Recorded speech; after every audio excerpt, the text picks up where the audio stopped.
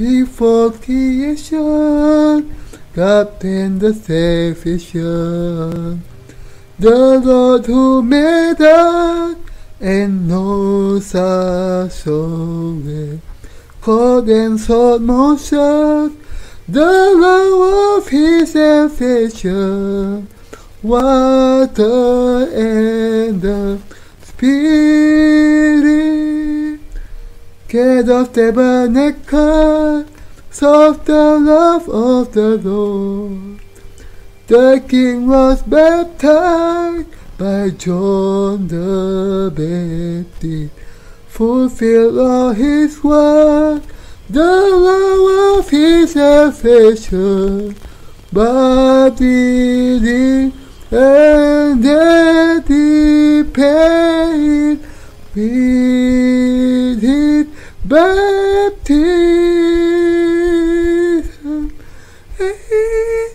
His blood on Calvary, Lord, defeat love, His perfect salvation.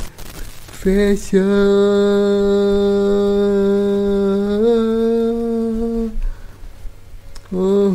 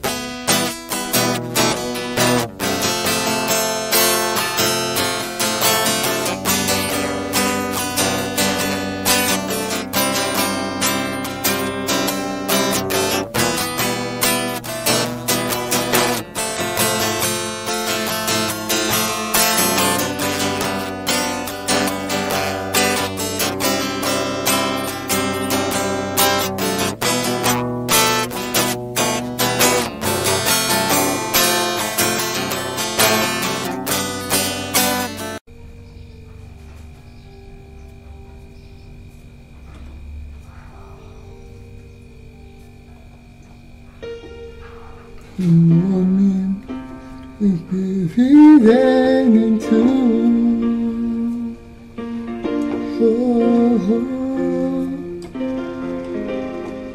Come, Holy Spirit, follow me now. I need your anointing, come with your power. I love you, Holy Spirit, you captivate my soul. And every day I go to love you more. Come, Holy Spirit, follow me now. I need your anointing, come with your power.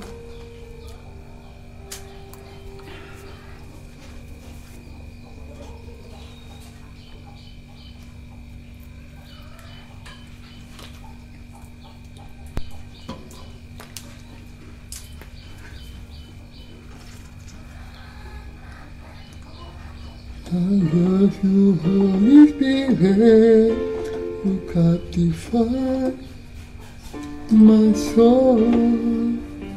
And every day I go to love you more.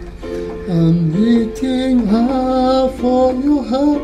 You hold my life in your hand. Draw me closer to you.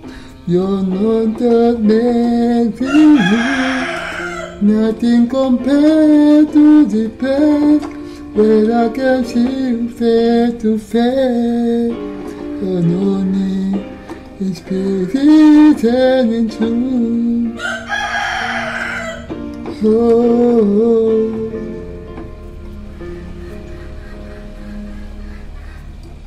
Come, Holy Spirit, follow me now. I need your anointing, come with your power. I love you, Holy Spirit.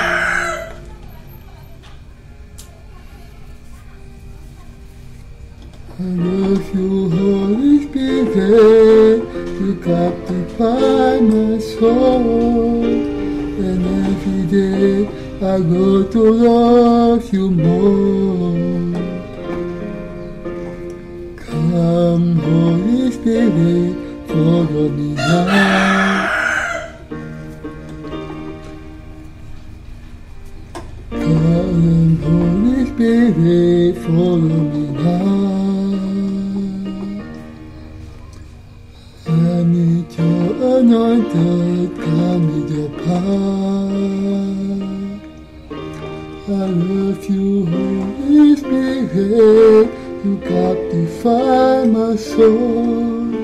And every day I go to love you more. I'm reaching high for your heart. You hold my life in your hand. Draw me closer to you. You're not that man in you. Nothing compared to this day, where I can see you face to face. You know me in spirit and in truth. Oh, come, Holy Spirit, come, Holy Spirit, follow me now. I need your anointing, come with your power. I love you, Holy Spirit, you captivate my soul. And every day I go to love you more. I'm reaching out for your heart. You hold my life in your hand. Draw me closer to you.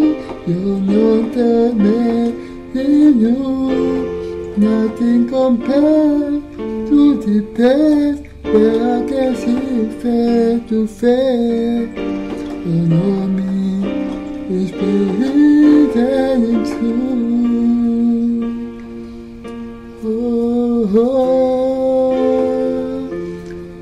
How sangat sing with me, how sangat enormous, how is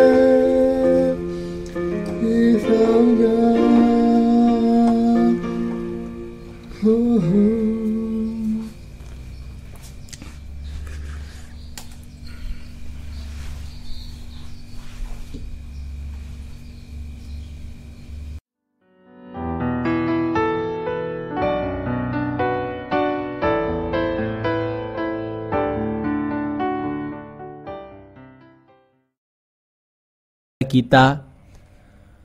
Sebab dengan sangat rindu seluruh makhluk menantikan saat anak-anak Allah dinyatakan.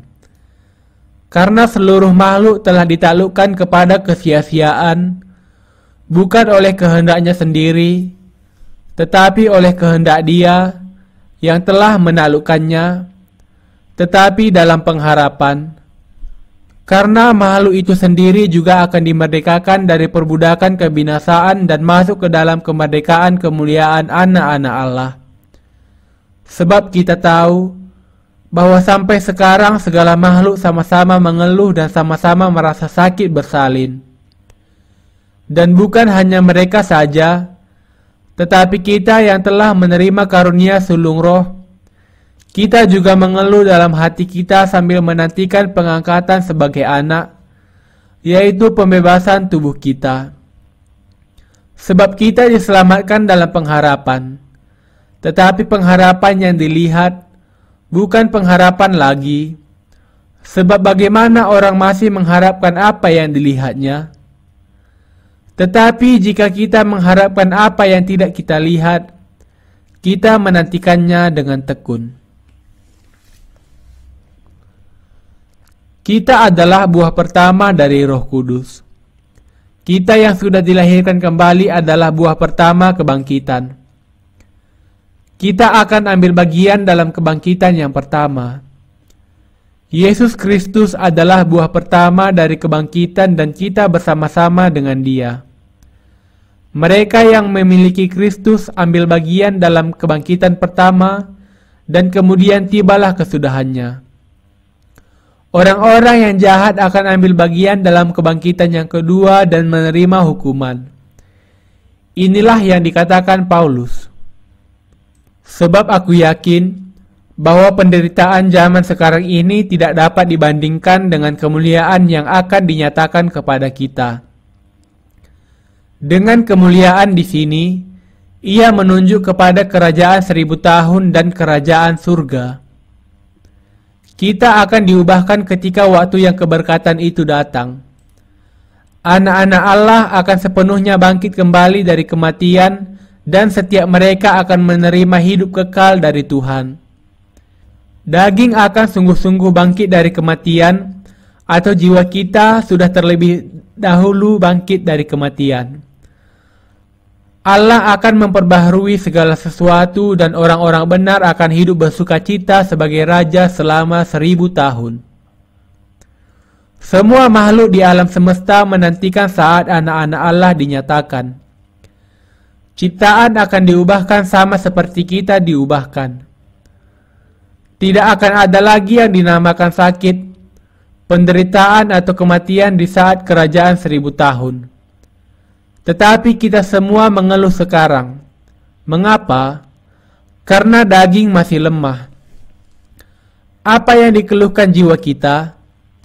Jiwa kita mengeluh menantikan kebangkitan tubuh kita. Kita juga mengeluh dalam hati kita sambil menantikan pengangkatan sebagai anak, yaitu pembebasan tubuh kita. Sebab kita diselamatkan dalam pengharapan.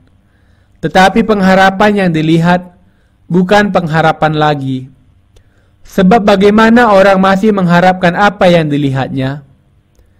Tetapi jika kita mengharapkan apa yang tidak kita lihat, kita menantikannya dengan tekun. Roma 8 ayat 23 sampai 25. Kita mengeluh dalam hati kita sambil menantikan pengangkatan sebagai anak, karena kita diselamatkan dalam pengharapan ini. Kita yang dosa-dosanya sudah sepenuhnya dihapuskan, akan masuk kerajaan 1000 tahun dan kerajaan surga. Kita tidak akan binasa, meskipun dunia secara tiba-tiba berakhir. Tuhan kita akan datang lagi ke dunia ini di akhir zaman. Ia akan membuat segala sesuatu baru dan membangkitkan tubuh orang benar yang diperbaharui. Ia akan membuat semuanya memerintah selama 1000 tahun. Akhir dunia ini menakutkan bagi orang-orang berdosa, tetapi pengharapan bagi orang-orang benar. Paulus berharap akan hal itu. Apakah Anda mengeluh dan Anda menantikan saatnya penembusan tubuh Anda? Apakah roh menunggu juga? Kita akan diubahkan ke dalam tubuh rohani seperti tubuh kebangkitan Yesus Kristus yang tidak merasakan sakit atau kelemahan. Roh Kudus menolong orang benar memiliki iman. Roh Kudus menolong kita memiliki iman. Apakah kita berharap kepada apa yang bisa kita lihat? Tidak. Kita berharap untuk apa yang belum kita lihat. Demikian juga roh membantu kita dalam kelemahan kita, sebab kita tidak tahu bagaimana sebenarnya harus berdoa. Tetapi roh sendiri berdoa untuk kita kepada Allah dengan keluhan-keluhan yang tidak terucapkan. Dan Allah yang menyelidiki hati nurani mengetahui maksud roh itu, yaitu bahwa ia, sesuai dengan kehendak Allah, berdoa untuk orang-orang kudus. Roma 8 ayat 26 sampai 27. Apa yang sungguh-sungguh dikehendaki roh di dalam kehidupan kita? Apa yang Dia tolong kita untuk lakukan? Apa yang Anda harapkan? Kita berharap akan langit dan bumi baru. 2 Petrus 3 ayat 13. Kerajaan surga. Kita tidak ingin hidup di dalam dunia yang menuju kebinasaan ini lagi. Kita lelah dan karena itu mengharapkan hari Tuhan kita. Kita ingin hidup kekal tanpa dosa, tanpa sakit, tanpa roh jahat. Kita ingin hidup di sana dengan sukacita, damai, kasih dan kelembutan dalam persekutuan yang penuh dengan Tuhan Yesus dan dengan sesama. Jadi, roh mengeluh dan mendoakan kita, menantikan saatnya langit dan bumi baru. Terus terang, kita, orang-orang benar, tidak memiliki kesenangan atas dunia ini kecuali mungkin bermain sepak bola bersama selama beberapa waktu dengan sesama hamba Allah. Kita hidup di dunia ini karena kita tertarik untuk memberitakan Injil. Kalau bukan karena amanat agung ini, orang-orang benar tidak memiliki alasan untuk berada di dunia ini. Allah membiarkan segala sesuatu bekerja bagi kebaikan orang-orang yang dilahirkan kembali yang mengasihi Dia. Mari kita membaca Roma 8 ayat 28 sampai 30. Kita tahu sekarang bahwa Allah turut bekerja dalam segala sesuatu untuk mendatangkan kebaikan bagi mereka yang mengasihi Dia, yaitu bagi mereka yang terpanggil sesuai dengan rencana Allah. Sebab semua orang yang dipilihnya dari semula, mereka juga ditentukannya dari semula untuk menjadi serupa dengan gambaran anaknya, supaya ia, anaknya itu, menjadi yang sulung di antara banyak saudara. Dan mereka yang ditentukannya dari semula, mereka itu juga dipanggilnya. Dan mereka yang dipanggilnya, mereka itu juga dibenarkannya. Dan mereka yang dibenarkannya, mereka itu juga dimuliakannya. Dalam Roma 8 ayat 28, Paulus mengatakan, kita tahu sekarang bahwa Allah turut bekerja dalam segala sesuatu untuk mendatangkan kebaikan bagi mereka yang mengasihi Dia, yaitu bagi mereka yang terpanggil sesuai dengan rencana Allah. Bagian ini sangat penting. Banyak orang berpikir, mengapa aku dilahirkan? Allah seharusnya menciptakan aku di tempat di mana iblis tidak ada, dan Ia seharusnya mengizinkan aku masuk kerajaan surga sejak awal. Mengapa Ia menciptakan aku seperti ini? Beberapa orang yang dilahirkan dalam keadaan buruk menyimpan dendam, pertama-tama kepada orang tuanya, dan kemudian kepada Allah. Mengapa Engkau menciptakan aku untuk mengalami begitu banyak penderitaan? Bagian ini memberikan kepada kita jawaban yang benar untuk pertanyaan itu. Kita dilahirkan sebagai ciptaan Allah. Benar bukan? Kita semua ciptaannya. Allah menciptakan kita di dalam gambarnya sesuai rupa Allah, tetapi tetap saja kita ciptaannya. Ada tujuan Allah menempatkan kita di dalam dunia ini.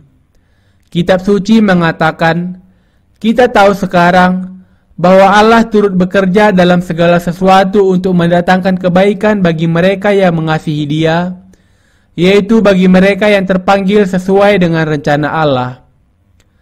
Karena dosa asal kita didapatkan dari Adam dan Hawa, nenek moyang kita, yang didustai oleh iblis, kita dilahirkan sebagai orang berdosa dan menderita. Tetapi Allah mengutus Yesus Kristus untuk kita supaya menjadikan kita anak-anaknya melalui iman. Itulah tujuan Ia menciptakan kita. Ia juga mau memberikan kepada kita kehidupan yang bahagia dan kekal seperti Allah, dengan Yesus Kristus dan Bapa di dalam kerajaan 1000 tahun dan kerajaan surga. Kita tahu sekarang bahwa Allah turut bekerja dalam segala sesuatu untuk mendatangkan kebaikan bagi mereka yang mengasihi Dia, yaitu bagi mereka yang terpanggil sesuai dengan rencana Allah. Kehendak Allah bagi kita digenapi ketika dosa-dosa kita dihapuskan. Bukankah demikian? Bukankah kita harus bersukacita dilahirkan ke dalam dunia ini? Ketika kita berpikir mengenai kemuliaan yang akan kita nikmati di masa yang akan datang, kita tidak bisa tidak bersukacita bahwa kita sudah dilahirkan. Tetapi kebanyakan manusia tidak bersukacita, dan ini karena mereka menolak kasih Allah. Apakah Anda tahu mengapa ada dosa dan penyakit, dan mengapa segala sesuatu nampaknya baik untuk orang-orang jahat sementara mereka yang berusaha melakukan kebaikan justru menderita?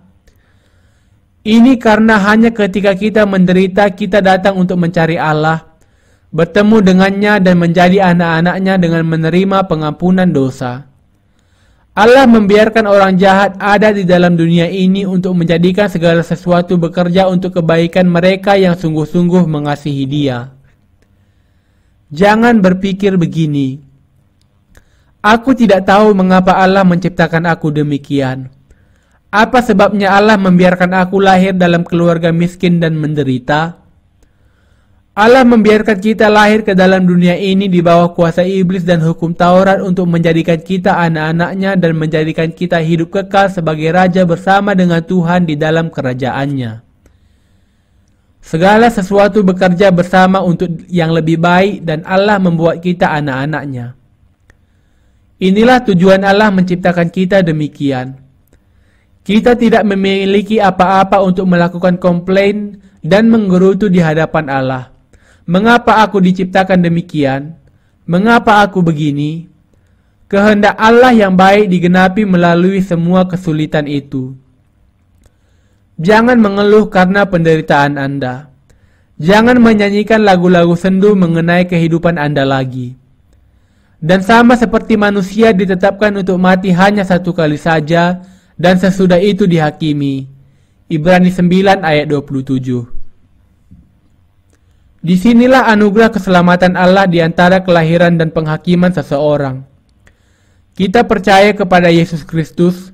Segala dosa kita dihapuskan karena anugerah Allah, dan kita akan memerintah selamanya di dalam kerajaan 1000 tahun dan kerajaan surga. Kita akan disebut Tuhan atas semua ciptaan. Apakah Anda sekarang mengerti mengapa Allah membiarkan Anda menderita? Ia memberikan penderitaan dan kesulitan kepada kita untuk memberkati kita menjadi anak-anak-Nya dengan membuat kita kembali kepada Allah. Allah menentukan agar kita menjadi serupa dengan gambar anak-Nya.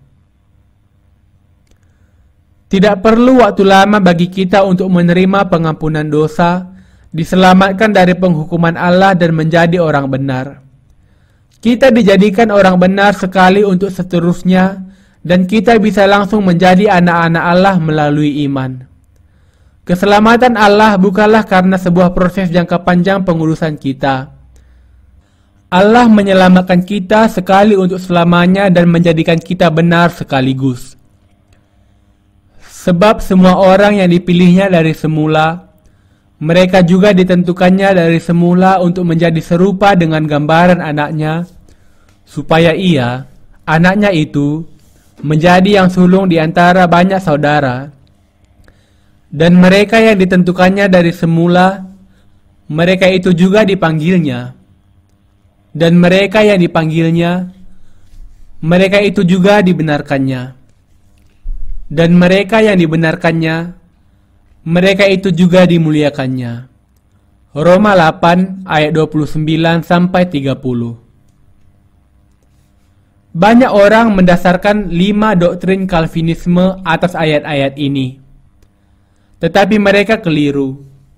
Di sini Paulus mengatakan, sebab semua orang yang dipilihnya dari semula, mereka juga ditentukannya dari semula untuk menjadi serupa dengan gambaran anaknya. Allah menentukan kita untuk menjadi anak-anaknya di dalam Yesus. Allah menentukan kita untuk lahir ke dalam dunia ini di bawah rancangannya. Ia menciptakan kita.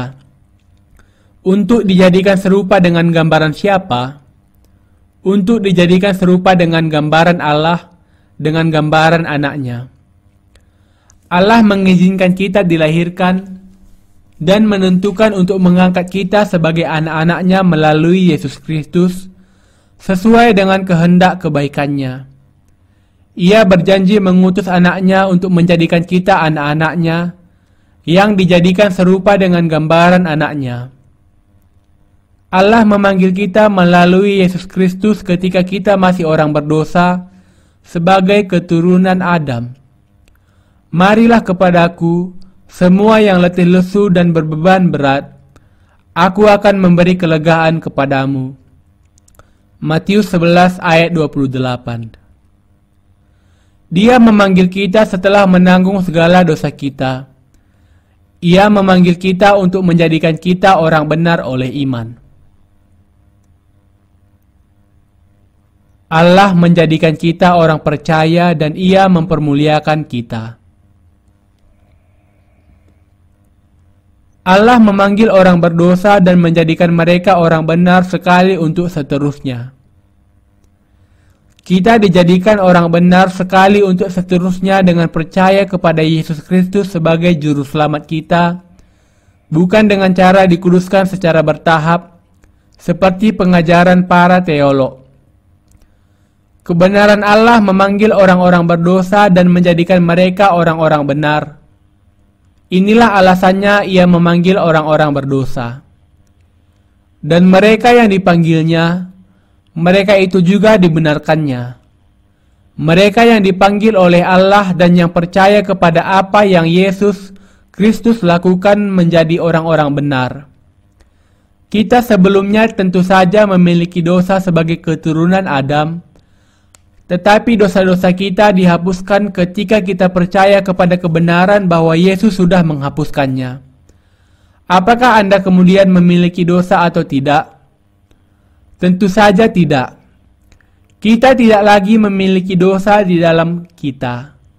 Dan mereka yang dipanggilnya, mereka itu juga dibenarkannya. Orang-orang benar yaitu mereka yang menjadi anak-anak Allah. Tidak benar bahwa kita menjadi anak-anak Allah secara bertahap, langkah demi langkah. Namun, kita sekaligus dimuliakan sebagai anak-anak Allah melalui penebusannya. dan mereka yang dipanggilnya, mereka itu juga dibenarkannya. Allah menjadikan kita anak-anaknya. Saya tidak mengerti mengapa banyak orang Kristen yang percaya kepada apa yang disebut sebagai 5 langkah menuju keselamatan. Keselamatan dan menjadi anak-anak Allah dilakukan sekali untuk selamanya.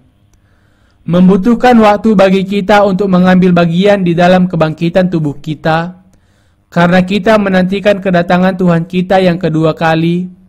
Tetapi pembebasan kita dari dosa terjadi sekali dalam sekejap mata.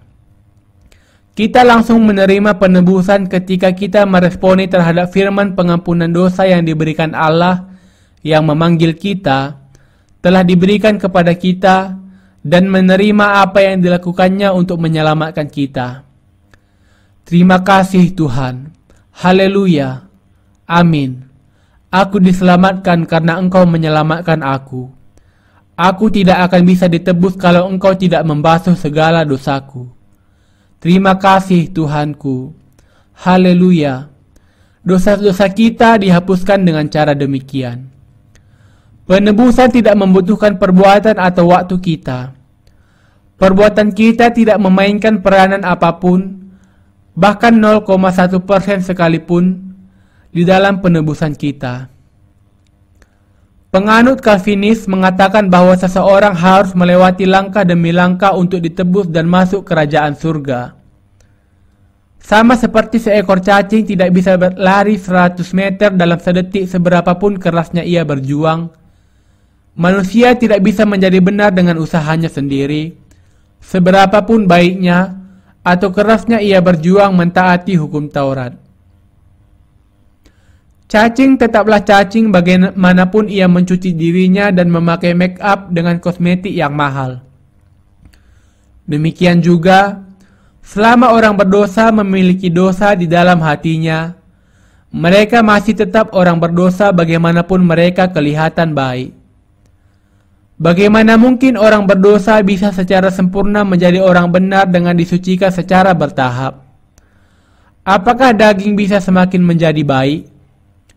Tidak. Daging semakin jahat dan tidak taat semakin dia bertambah tua. Alkitab mengatakan, dan mereka yang ditentukannya dari semula, mereka itu juga dipanggilnya. Dan mereka yang dipanggilnya, mereka itu juga dibenarkannya. Dan mereka yang dibenarkannya, mereka itu juga dimuliakannya. Bagian ini menyebutkan secara berjenjang apa yang terjadi secara sekaligus dalam anugerah Allah. Tidak dikatakan bahwa penebusan dan pembenaran diperoleh secara bertahap. Seseorang bisa menjadi benar sekali untuk selamanya dengan memiliki iman kepada Tuhan, bukan secara bertahap. Banyak teolog, tanpa mengerti apa yang mereka lakukan, terus yakin kepada teori yang tidak masuk akal dan membuat banyak orang masuk neraka. Allah menjanjikan penebusan dan memanggil kita melalui Yesus Kristus, menjadikan kita benar dan memuliakan mereka yang menyambuti panggilannya. Tetapi semua orang yang menerimanya diberinya kuasa supaya menjadi anak-anak Allah, yaitu mereka yang percaya dalam namanya. Yohanes 1 ayat 12. Apakah Allah mempermuliakan kita? Tentu saja. Bisakah kita dipermuliakan melalui perbuatan baik dan usaha? Apakah kita harus berjuang lebih keras untuk menjadi orang benar? Tentu saja tidak. Kita sudah menjadi orang benar. Tidak ada yang bisa memisahkan kita dari kasih Allah. Siapa yang melawan kita kalau Allah di pihak kita? Tidak ada. Sebab itu apakah yang akan kita katakan tentang semuanya itu? Jika Allah di pihak kita, siapakah yang akan melawan kita? Ia yang tidak menyayangkan anaknya sendiri, tetapi yang menyerahkannya bagi kita semua. Bagaimanakah mungkin ia tidak mengaruniakan segala sesuatu kepada kita bersama-sama dengan Dia? Siapakah yang akan menggugat orang-orang pilihan Allah? Allah yang membenarkan mereka. Siapakah yang akan menghukum mereka?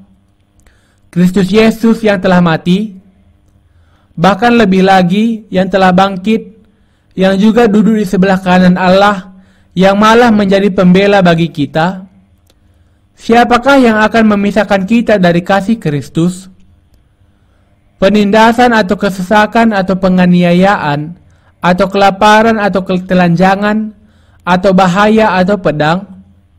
Seperti ada tertulis, oleh karena engkau kami ada dalam bahaya maut sepanjang hari, kami telah dianggap sebagai domba-domba sembelihan. Tetapi dalam semuanya itu kita lebih daripada orang-orang yang menang, oleh Dia yang telah mengasihi kita. Sebab aku yakin bahwa baik maut maupun hidup, baik malaikat-malaikat maupun pemerintah-pemerintah, baik yang ada sekarang maupun yang akan datang, atau kuasa-kuasa, baik yang di atas maupun yang di bawah, ataupun sesuatu makhluk lain, tidak akan dapat memisahkan kita dari kasih Allah yang ada dalam Kristus Yesus Tuhan kita. Roma 8 ayat 31 sampai 39. Tidak ada yang bisa memisahkan kita dari kasih Allah. Tidak ada yang bisa menjadikan kita orang-orang benar berdosa lagi. Tidak ada yang bisa menjauhkan mereka yang sudah menjadi anak-anak Allah dan yang akan hidup di dalam kerajaan 1000 tahun dan kerajaan surga. Bisakah kesengsaraan menjadikan kita orang berdosa? Bisakah kesusahan menjadikan kita berdosa? Bisakah penganiayaan menjadikan kita berdosa? Bisakah kelaparan, ketelanjangan, bahaya atau pedang menjadikan kita orang berdosa lagi? Ia yang tidak menyayangkan anaknya sendiri, tetapi yang menyerahkannya bagi kita semua, bagaimanakah mungkin Ia tidak mengaruniakan segala sesuatu kepada kita bersama-sama dengan Dia? Allah memberikan kepada kita kerajaan surga. Ia secara cuma-cuma memberikan segala sesuatu karena Ia tidak menyayangkan anaknya sendiri untuk menyelamatkan kita. Ketika Allah mau memberikan korban yang paling besar untuk kita, mengapa kemudian Ia tidak menjadikan kita anak-anaknya? Penebusan yang dilimpahkan Allah kepada kita adalah Allah mengatakan bahwa supaya ditebus dari segala dosa kita, kita terlebih dahulu harus mengakui bahwa Yesus Kristus diutus dalam daging sesuai dengan kehendak Allah Bapa. Yang kedua, kita harus mengakui bahwa Yesus menanggung segala dosa ke atas dirinya melalui baptisannya di Sungai Yordan. Yang ketiga, kita harus mengakui bahwa Yesus disalibkan bagi kita, dan akhirnya bahwa Ia dibangkitkan. Kita tidak bisa diselamatkan kalau kita tidak percaya kepada setiap peraturan yang ada di atas. Mereka yang tidak percaya bahwa Yesus adalah anak Allah, bahwa Dia adalah Allah dan Sang Pencipta, dikecualikan dari keselamatan Allah. Kalau seseorang menyangkal keilahian Yesus Kristus, ia menjadi anak iblis. Mereka yang menyangkali kenyataan bahwa Yesus menanggung segala dosa kita ketika Ia dibaptiskan oleh Yohanes Pembaptis tidak bisa diselamatkan juga. Yesus tidak bisa menjadi juru selamat mereka. Mereka tidak bisa diselamatkan ke dalam hati mereka, meskipun mereka percaya kepada Yesus dengan pikiran mereka. Mereka masuk neraka, meskipun mereka mengenal Yesus. Yesus Kristus mati menggantikan kita karena Ia menanggung segala dosa kita melalui baptisannya. Yesus mati karena dosa-dosa kita, bukan karena dosa-dosanya sendiri. Kemudian Ia bangkit kembali dari kematian untuk membenarkan mereka yang percaya dan membangkitkan mereka dalam kebangkitan.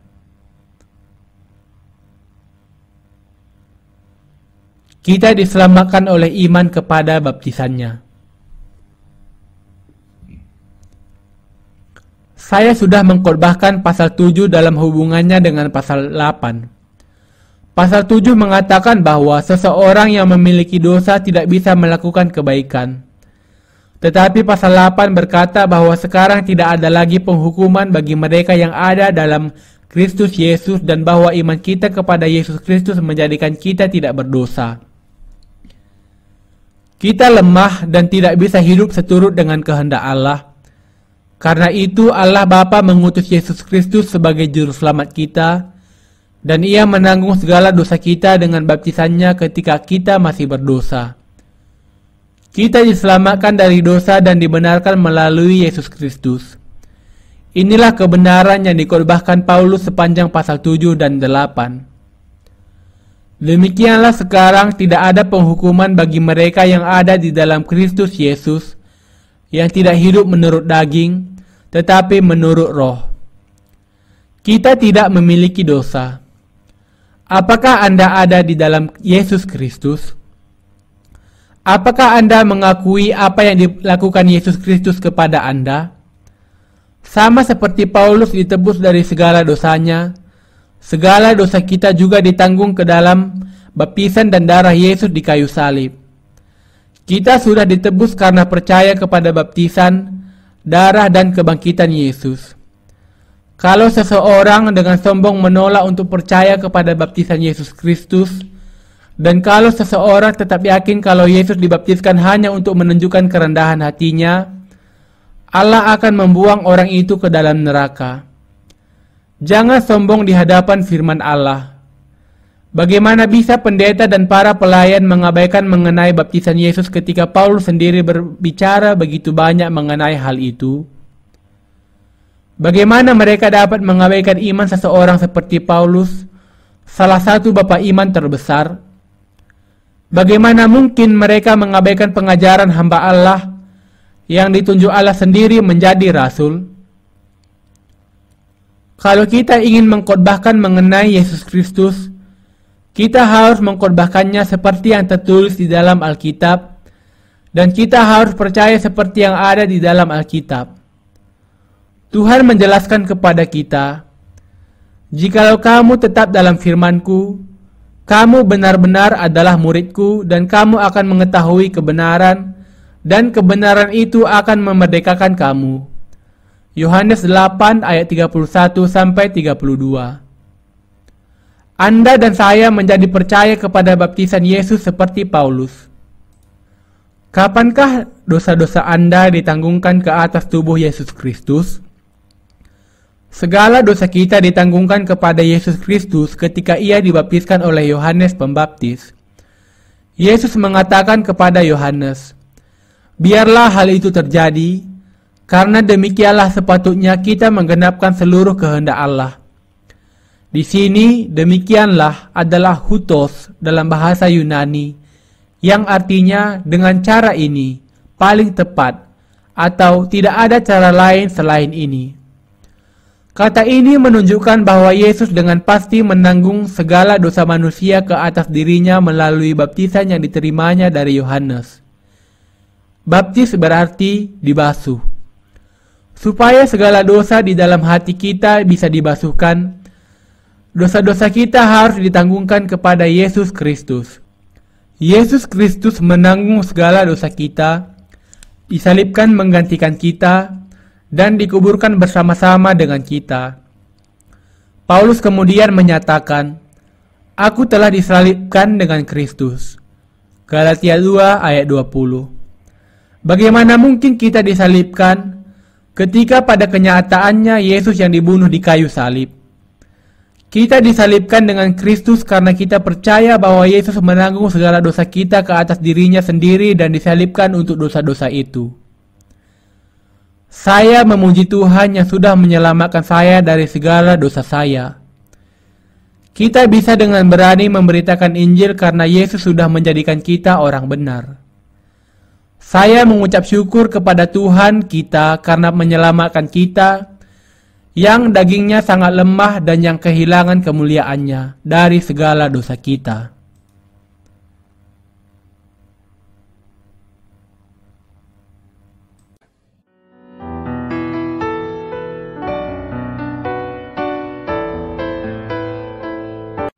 head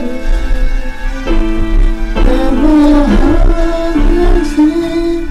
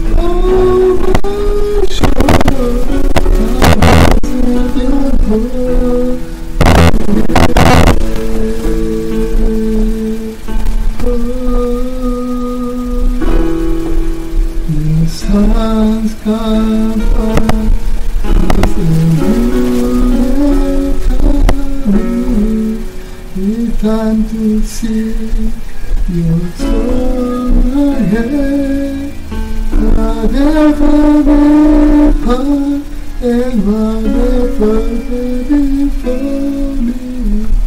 Let my heart sing, let the evening come.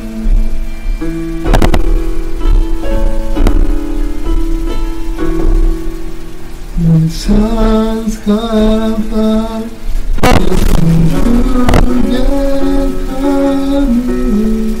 It's time to see your soul again. Whatever may come and whatever may before me, let my heart sing and the evening come.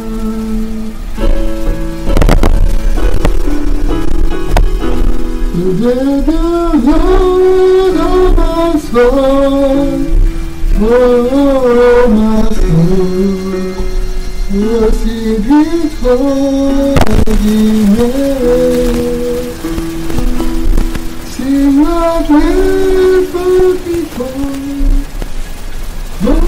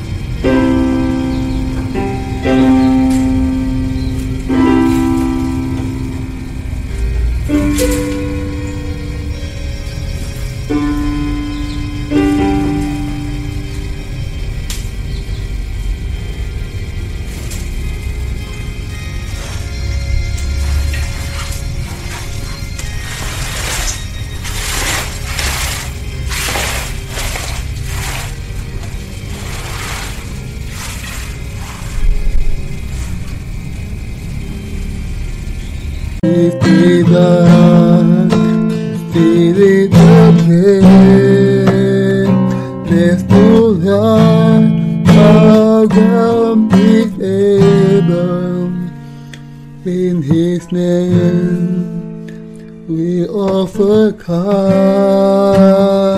for the Lord our God is able.